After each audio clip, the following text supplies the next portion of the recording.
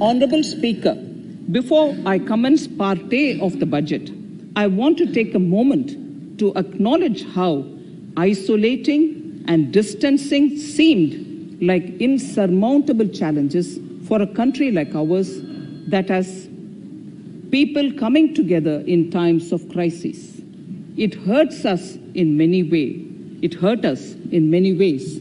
I bow my head in respect to every citizen for the endurance shown in facing what was an undeniably a tough year for all our physical and mental well-being. Part A. In Part A, I wish to lay a vision for Atmanirbhar Bharat. Atmanirbhar Bharat or Atmanirbharta is not a new idea. Ancient India was largely self-reliant and equally a business epicenter of the world. Atmanirbhar Bharat is an expression of the 130 crore Indians who have full confidence in their capabilities and skills. We are already part of international groupings such as the G20 and the BRICS, the Coalition for Disaster Resilient Infrastructure, and the International Solar Alliance are realities today due to India's efforts. The proposals in Part A will further strengthen the sankalp of nation first, doubling farmers' income, strong infrastructure, healthy India, good governance, opportunities for youth, education for all, women empowerment, and inclusive development, among others. Additionally, also on the path to fast implementation are the 13 promises we had made in the budget of 2015-16, which were to materialize during the Amrit Mahotsav of 2022 on the 75th year of our independence. They too resonate with the vision of Atmanirbharta.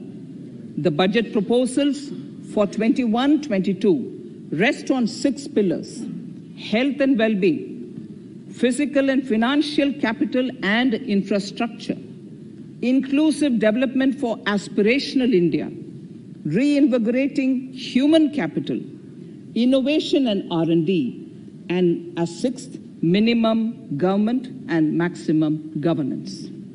I now move to talking about the first pillar, health and well-being. Even at the outset, I would like to say that the investment on health infrastructure in this budget has increased substantially. Progressively, as institutions absorb more, we shall commit more. Taking a holistic approach to health, we focus on strengthening 3 areas: preventive, curative, and well-being. Health systems. A new centrally sponsored scheme, PM Atmanirbhar Swasth Bharat Yojana, will be launched with an outlay of about 64,180 crores over 6 years.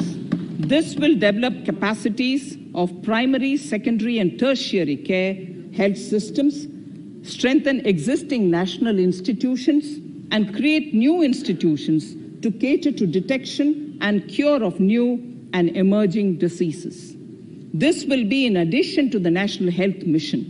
The main interventions under the scheme are support for over 17,000 rural and 11,000 urban health and wellness centers, setting up integrated public health labs in all districts, and 3,382 block public health units in 11 states, establishing critical care hospital blocks in 602 districts and 12 central institutions, strengthening of National Center for Disease Control, its 5 regional branches and 20 metropolitan health surveillance units, expansion of the integrated health information portal to all states and UTs to connect all public health labs, operationalization of 17 new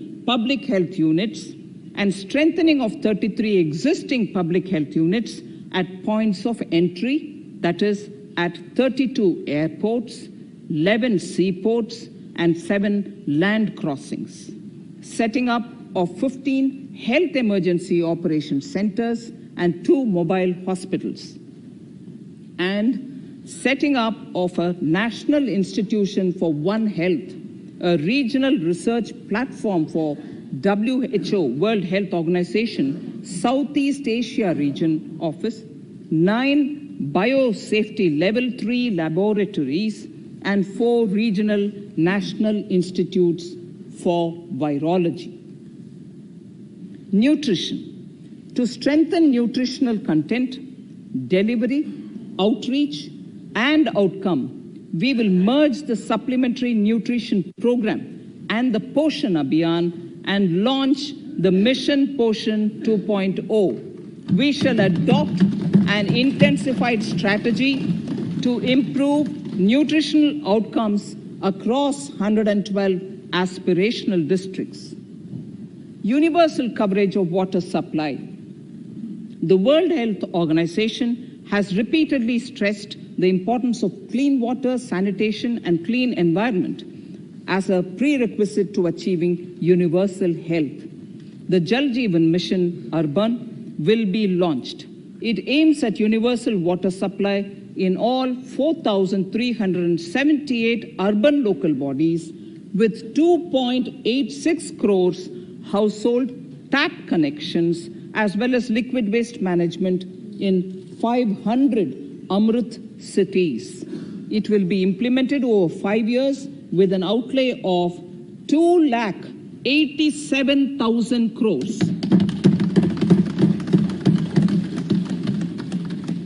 Swachh Bharat and Swasth Bharat. For further Swachhata of urban India, we intend to focus on complete fecal sludge management and wastewater treatment, source segregation of garbage, reduction in single-use plastic, reduction in air pollution by effectively managing waste from construction and demolition activities, and bioremediation of all legacy dump sites. The Urban Swachh Bharat Mission 2.0 will be implemented with a total financial allocation of 1,41,678 crores over a period of 5 years from 2021. Clean air. To tackle the burgeoning problem of air pollution, I propose to provide an amount of 2,217 crores of rupees for 42 urban centers with 1 million plus population in this budget. Scrapping policy. We are separately announcing, Honorable Speaker, a voluntary vehicle scrapping policy to phase out old and unfit vehicles. This will help in encouraging fuel-efficient, environment-friendly vehicles, thereby reducing vehicular pollution and oil import bills. Vehicles would undergo fitness tests in automated fitness centers after 20 years in case of personal vehicles and after 15 years in case of commercial vehicles. Details of the scheme will be separately shared by the ministry. Vaccines. The pneumococcal vaccine, a made-in-India product, is presently limited to only 5 states. It will be rolled out across the country. This will avert more than 50,000 child deaths annually. Honorable Speaker, I have provided 35,000 crores of rupees for COVID-19 vaccine in this year 21-22. I am committed to provide further funds if required. So the budget outlay for health and well-being is 2,23,846 crores in this BE 21-22 as against the BE of only 94,452 crores and it marks an increase of 137%. The details of the same are at Annexure 1 of the speech. Honorable Speaker, I now move to the second pillar, physical and financial capital and infrastructure.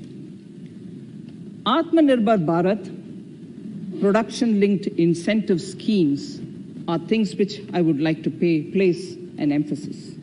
For a $5 trillion economy, our manufacturing sector has to grow in double digits on a sustained basis. Our manufacturing companies need to become an integral part of global supply chains, possess core competence and cutting-edge technology. To achieve all of the above, PLI schemes to create manufacturing global champions for an Atmanirbhar Bharat have been announced for 13 sectors. For this, the government has committed nearly 1.97 lakh crores over 5 years starting this financial year. This initiative will help bring scale and size in key sectors, create and nurture global champions, and provide jobs to our youth. Textiles. To enable the textile industry to become globally competitive, attract large investments, and boost employment generation, a scheme of Mega Investment Textiles Park will be launched in addition to the PLI schemes. This will create world-class infrastructure with plug-and-play facilities to create global champions in exports. 7 textile parks will be established over 3 years. Infrastructure.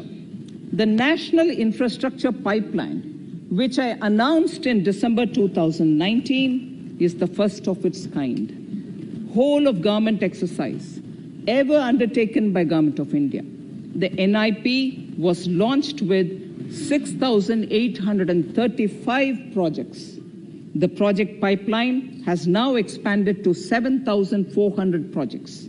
Around 217 projects worth rupees 1.10 lakh crores under some key infrastructure ministries have been completed. The NIP is a specific target which this government is committed to achieving over the coming years. It will require a major increase in funding from both the government and the financial sector. In this budget, I propose to take concrete steps to do this in 3 ways. Firstly, by creating the institutional structures. Secondly, by a big thrust on monetizing assets. And thirdly, by enhancing the share of capital expenditure in central and state budgets. Infrastructure needs long-term debt financing. A professionally managed development financial institution is necessary to act as a provider, enabler, and catalyst for infrastructure financing. Accordingly, I shall introduce a bill to set up a development financial institution. I have provided a sum of 20,000 crore rupees to capitalize this institution. The ambition is to have a lending portfolio of at least 5 lakh crores for this DFI within 3 years' time.